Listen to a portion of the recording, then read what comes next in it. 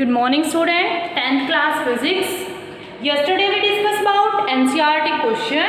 Today we are going to discuss about the next topic, Fleming left hand rule.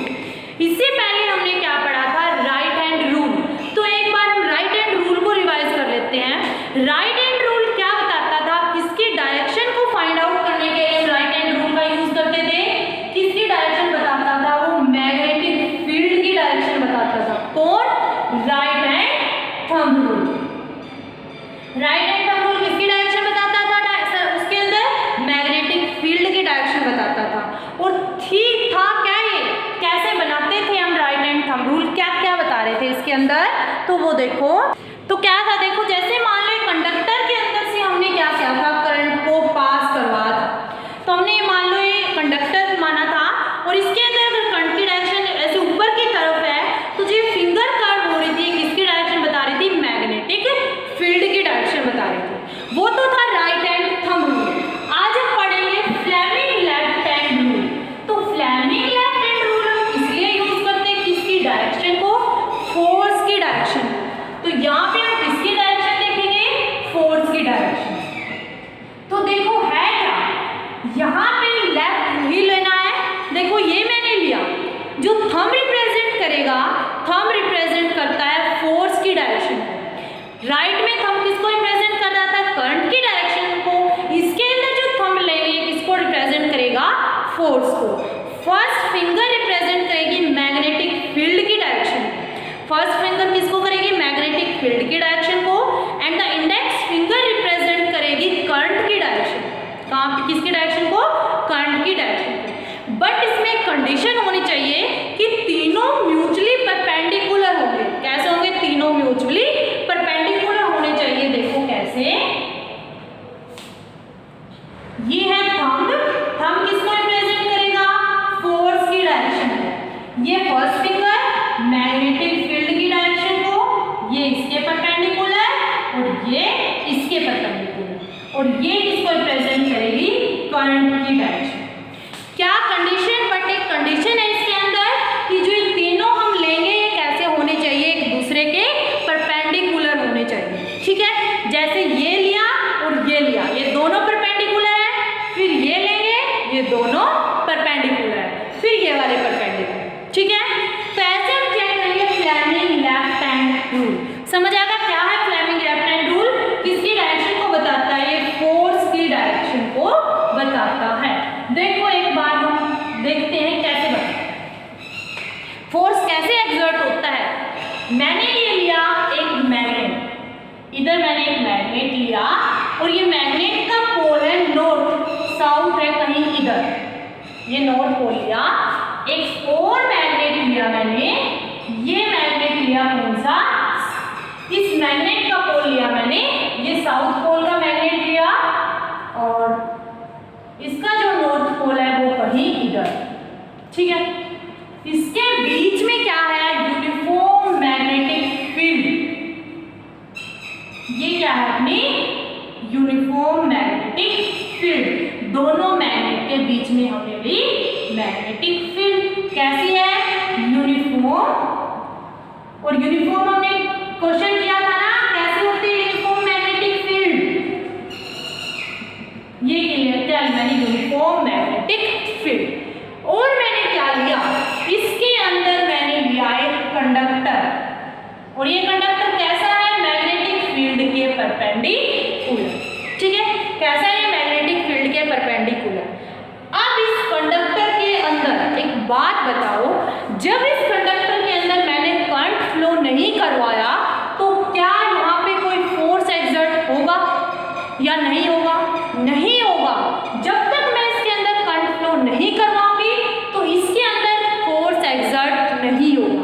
तो मान लो मैंने इसके अंदर करंट की डायरेक्शन है, ये ऐसे करंट फ्लो करवा दिया, तो अब यहाँ पे क्या होगा, एक फोर्स एक्सर्ट होगा. क्या होगा, फोर्स एक्सर्ट होगा.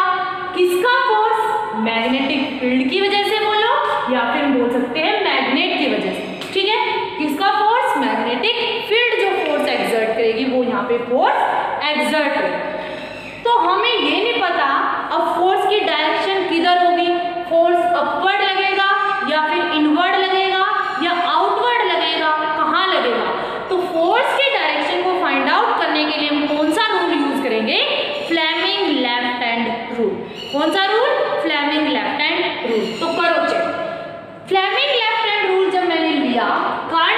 ये देखो फर्स्ट फिंगर, मैग्नेटिक फील्ड को कौन रिप्रेजेंट करता है? First finger.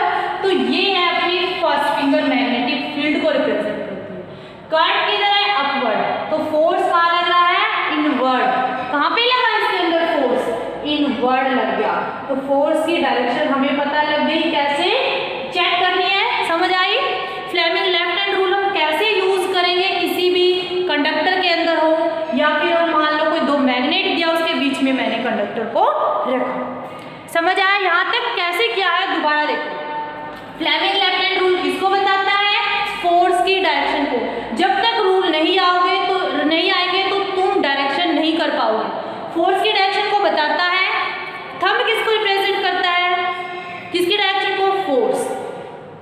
First finger current, index finger किसको रिप्रेजेंट करती है? थंब रिप्रेजेंट करता है फोर्स की डायरेक्शन को। जो फर्स्ट फिंगर है वो किसको रिप्रेजेंट करती है? मैग्नेटिक फील्ड को। और जो ये वाली है ये किसको करती है? करंट की डायरेक्शन को। तो देखो मैंने क्या लिया, दो मैग्नेट लिए। इधर मैग्नेट है जो उसका नॉर्थ पोल है, इधर क्या है? साउथ पोल है। इनके बीच में रखी क्या मैंने? Magnetic field. मैग्नेटिक फील्ड तुम्हें पता है मैग्नेट के चारों ओर की जो स्पेस की जो फील्ड थी, इसके अंदर मैंने कंडक्टर रख दिया, स्ट्रेट कंडक्टर, स्ट्रेट वायर। अगर मैं इसके अंदर करंट पास नहीं हो रहा, तो क्या तुम बोल सकते हो कि करंट पास नहीं हो रहा? तो इसके अंदर फोर्स एक्सर्ट होएगा? नहीं होएगा। जब तक करंट पास नहीं करोगे तब तक ये फोर्स एक्सपीरियंस नहीं करेगा। तो करंट पास क्या है? यहाँ पे फोर्स आ गया। अब हमें ये नहीं पता कि फोर्स किधर जाएगा, तो उसके लिए हम कौन सा रूल यूज करेंगे? Fleming left hand rule. और फ्लेमिंग लेफ्ट हैंड रूल क्या बता रहा था हमें? फोर्स की डायरेक्शन, मैग्नेटिक फील्ड की डायरेक्शन, करंट की डायरेक्शन। तो यहाँ पे चेक किया तो फोर्स कहाँ लग रहा है? इनवर्ड। ठीक है, अभी इसी के बेस पे एक और है, वो देख लो। फोर्स की डायरेक्शन तो पता करनी, आगे कैसे लगाते हैं हम? हाँ जी, फिर हम एक टॉपिक करते हैं नेक्स्ट, इसी के बेस पे है। क्या है वो देखो, force on A charge particle moving in a magnetic field. एक मैग्नेट, ये किसकी डायरेक्शन है? मैग्नेटिक फील्ड की। और इसके अंदर कोई चार्ज पार्टिकल क्या कर रहा है? मूव कर रहा है। क्या कर रहा है? किसकी है? मैग्नेटिक फील्ड की। और इसके अंदर कोई चार्ज पार्टिकल क्या कर रहा है? मूव कर रहा है। तो हमें क्या बताना है? उस चार्ज पार्टिकल जब इसके अंदर मूव कर रहा है तो उसका क्या रिस्पॉन्स है, क्या बिहेव है उसका। तो मान लो ये कोई चार्ज पार्टिकल है, ये चार्ज पार्टिकल इधर मूव कर रहा है v वेलोसिटी के साथ। और तुम्हें पता है मैग्नेटिक फील्ड के अंदर फोर्स एक्सर्ट कब होता है? नो दैट, हमने अभी इससे पहले किया था, फ्लेमिंग लेफ्ट हैंड रूल। तो क्या इसके पॉइंट कैसे लिखोगे? इफ चार्ज पार्टिकल मूव कर रहा है मैग्नेटिक फील्ड के अंदर तो एक फोर्स एक्सर्ट होता है। किसका फोर्स? मैग्नेटिक फील्ड का। तो वो जो फोर्स एक्सर्ट होता है वो डायरेक्टली प्रोपोर्शनल होता है उस चार्ज पार्टी की वेलोसिटी के। ठीक है, जिस वेलोसिटी के साथ वो चार्ज पार्टिकल मूव कर रहा है उसके डायरेक्टली प्रोपोर्शनल। एंड सेकेंड, उसकी मैग्नेटिक फील्ड के भी क्या होता है? डायरेक्टली प्रोपोर्शनल होता है। ठीक है, एंड द थर्ड, वो जो चार्ज है कितना है उस पे भी फोर्स डायरेक्टली प्रोपोर्शनल होता है। ठीक है, एंड द नेक्स्ट किसके डायरेक्टली प्रोपोर्शनल होता है? एक एंगल है जो किसके बीच में है? वेलोसिटी और मैग्नेटिक फील्ड के बीच में जो एंगल बनता है साइन थीटा, हमने लास्ट टॉपिक में किया था, उसके लिए डायरेक्टली प्रोपोर्शनल। तो चारों क्वांटिटी को जब हम कंबाइन करेंगे तो फोर्स डायरेक्टली प्रोपोर्शनल आएगा QVB साइन थीटा। डायरेक्टली मैंने साइन को हटाया तो कोई कांस्टेंट है आपके QVB sine theta. In SI system के अंदर जब k की वैल्यू क्या है? 1, तो फोर्स F किसके इक्वल आ जाएगा? QVB साइन थीटा के अंदर। Theta is the angle between velocity and magnetic field. ठीक है, तो ये था अपना टॉपिक। यहाँ तक अच्छे से इसको लर्न करना है। कल हम डिस्कस करते हैं नेक्स्ट टॉपिक। ओके।